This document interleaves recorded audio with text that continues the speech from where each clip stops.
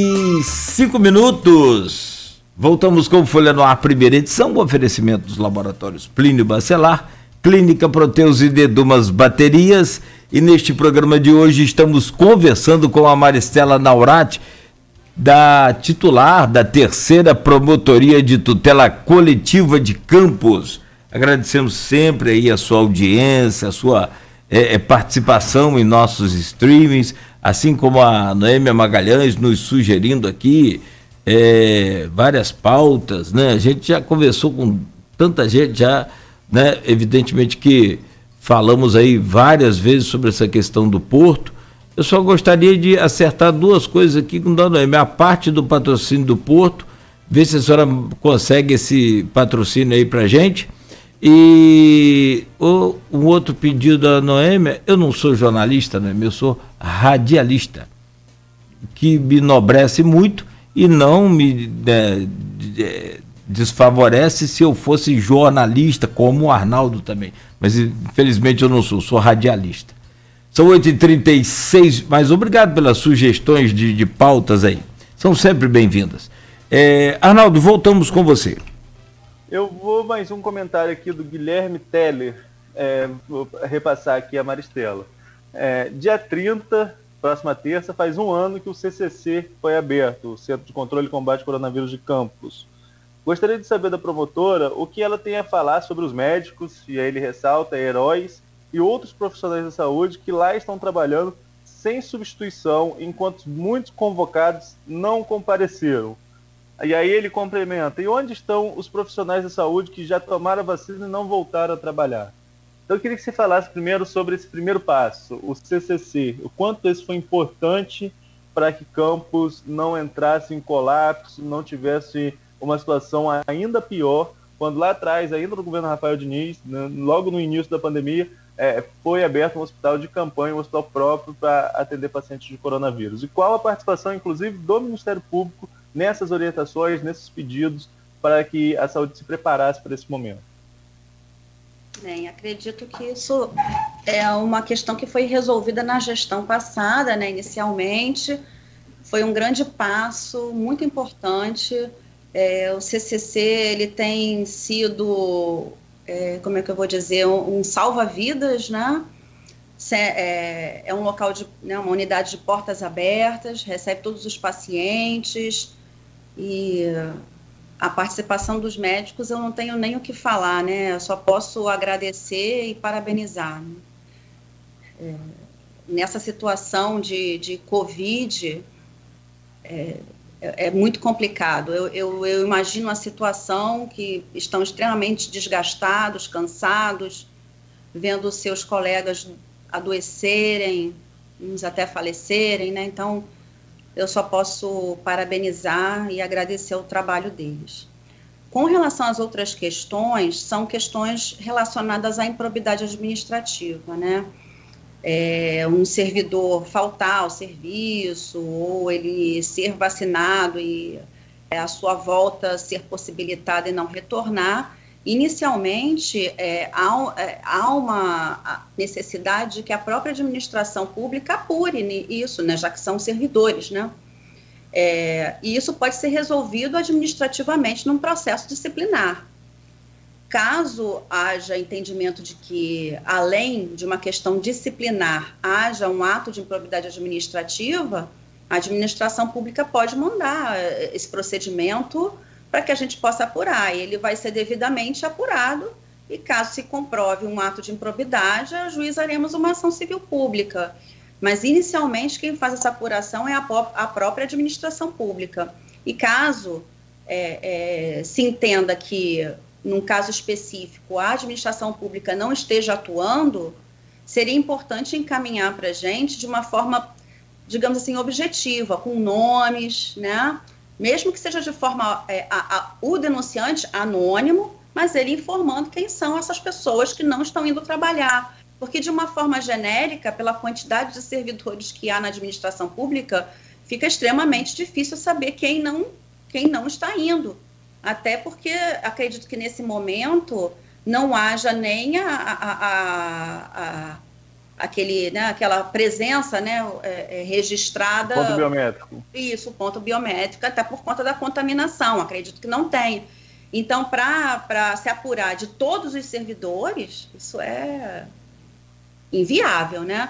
Mas, pontualmente, se o denunciante entender que a administração pública não está atuando com um procedimento administrativo com relação a esse servidor faltoso, eu solicito que encaminhe para a gente pelo menos um nome, para que a gente possa iniciar uma investigação viável.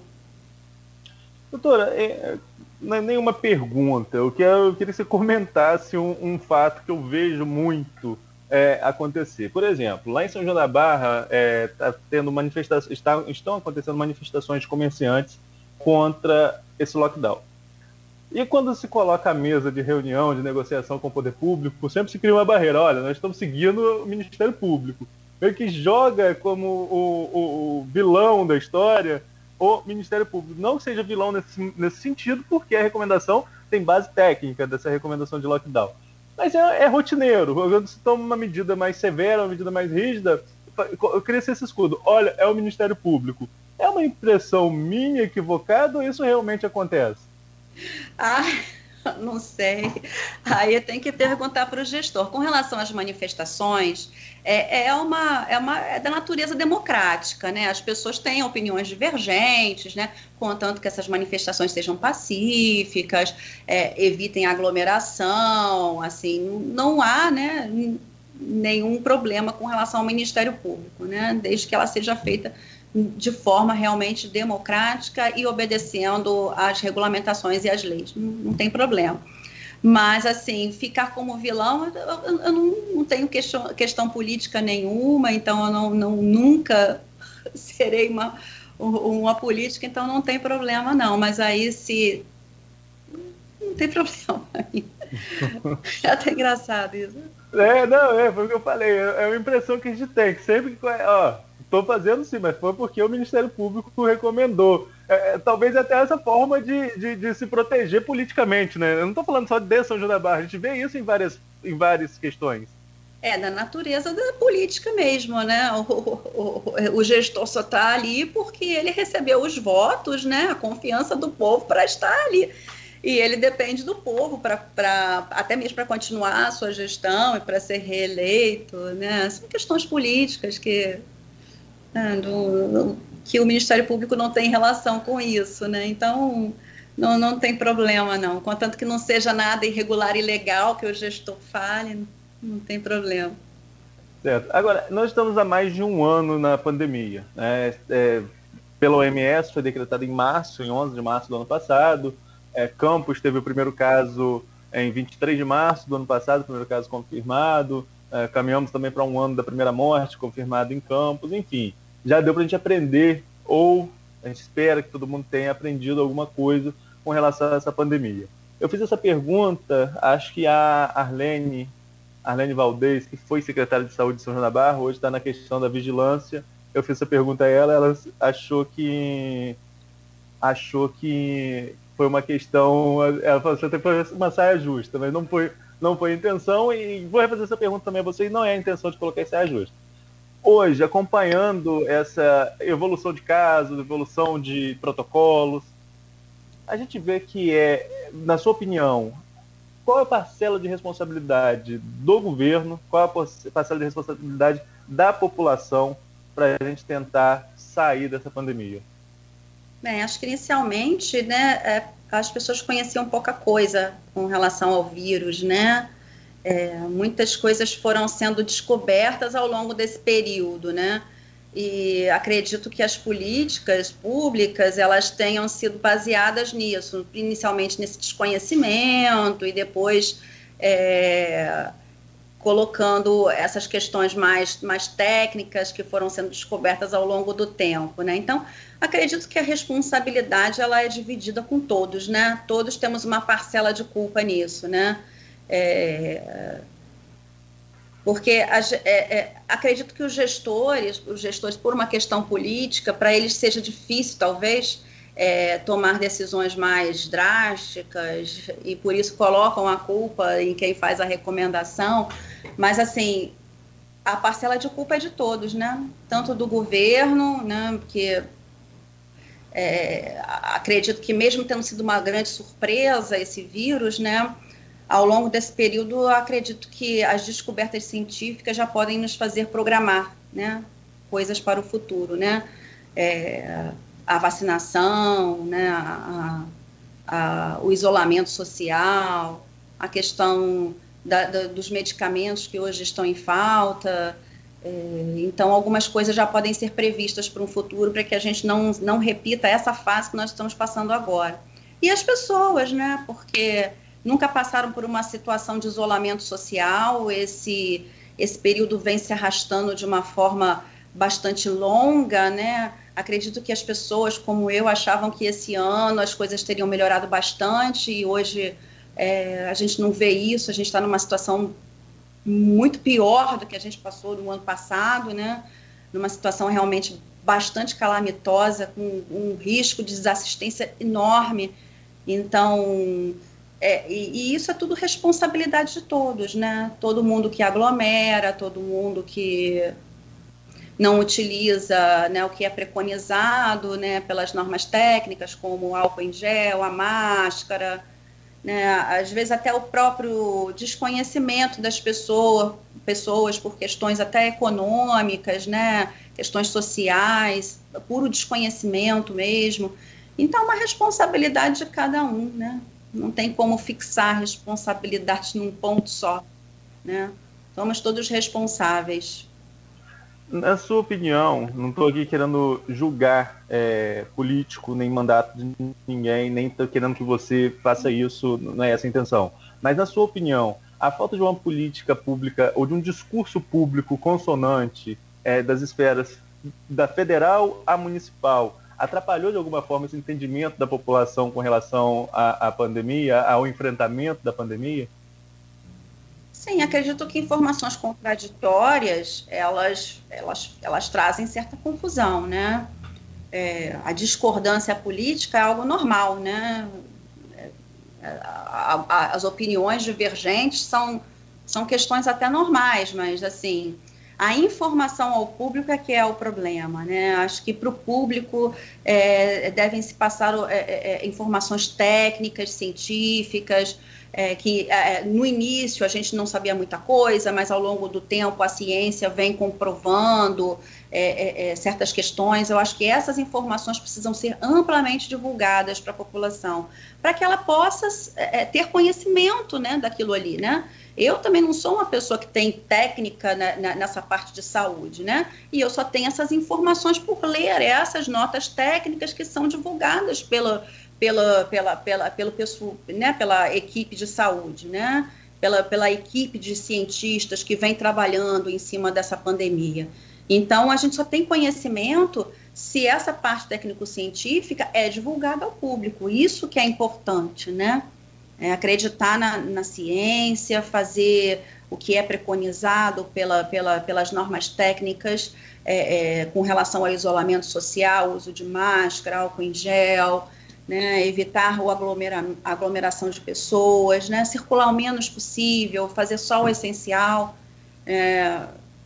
Eu acho que isso que precisa ser divulgado, né, para que as pessoas não tenham entendimentos contraditórios com coisas que já são comprovadas pela ciência. Essa recomendação que está em vigor, essa recomendação do Ministério Público, ela tem um prazo de 14 dias. Né? A recomendação é para que seja adotado por 14 dias, o que se encerraria basicamente ali após o feriado, que é feriado mesmo, não é esse feriadão, feriado mesmo da Semana Santa. Vocês, obviamente, vão reavaliar esse caso. Há possibilidade de pedir a prorrogação? Em que circunstâncias se pede a prorrogação? Sim, se esse cenário não for alterado, se continuarmos com esse crescimento, com falta de leitos, falta de medicamentos, é muito provável que o Ministério Público novamente recomende medidas restritivas, né? Tem uma pergunta assim, aqui. Não consigo imaginar pessoas sendo colocadas ali na porta do CCC completamente desassistidas.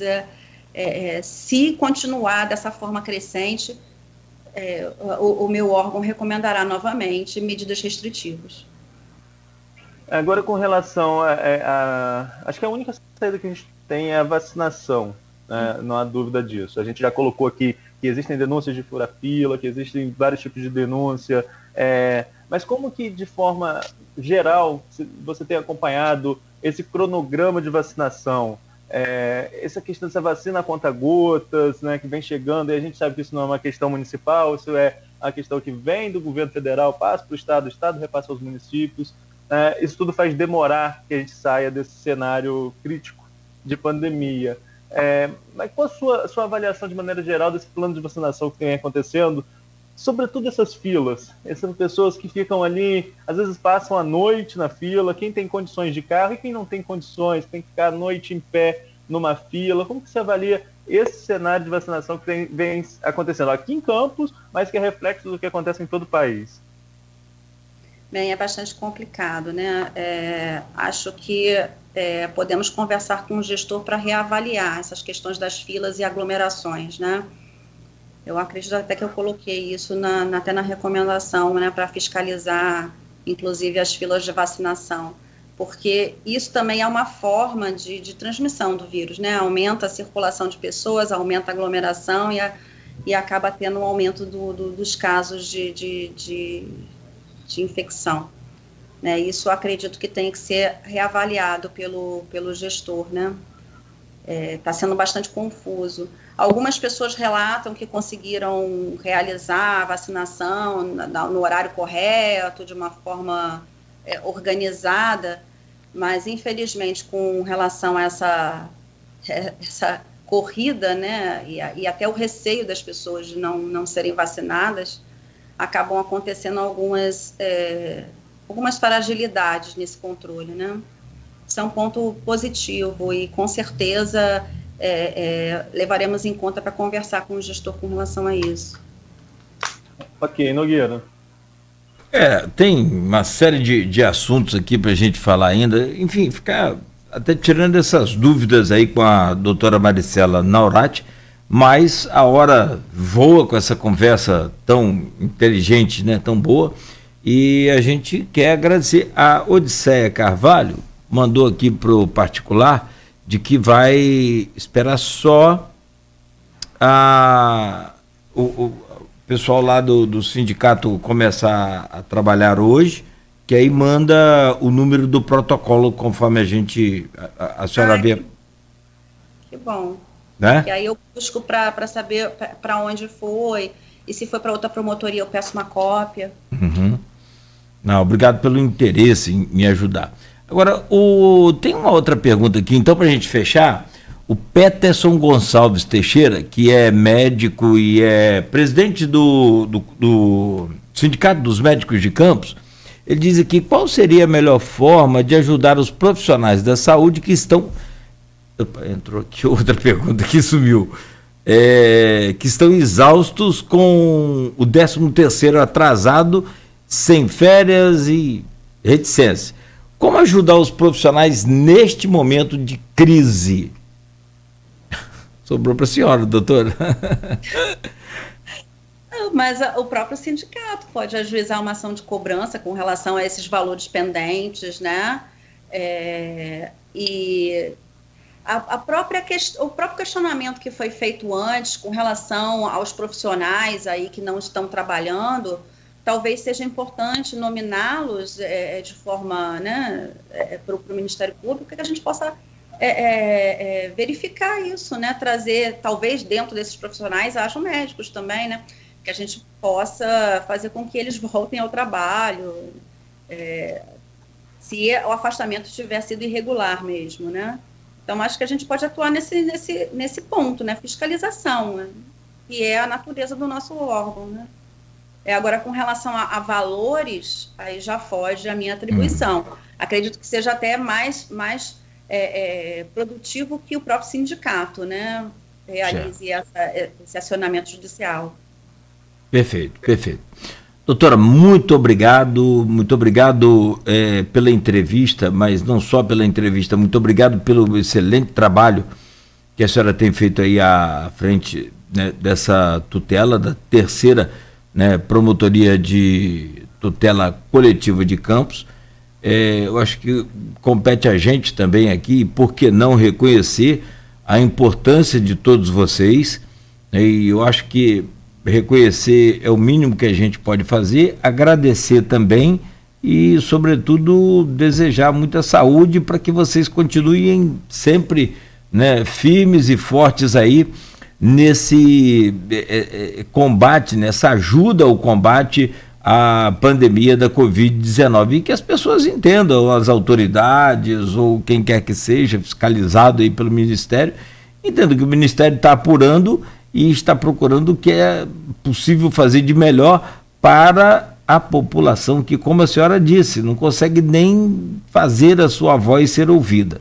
Então eu achei muito bacana essa expressão, achei muito legal, não só legal, mas vindo de vocês, do Ministério Público, é importantíssimo para que a população também não fique lá desalentada ou desesperada achando que está sozinha nessa guerra.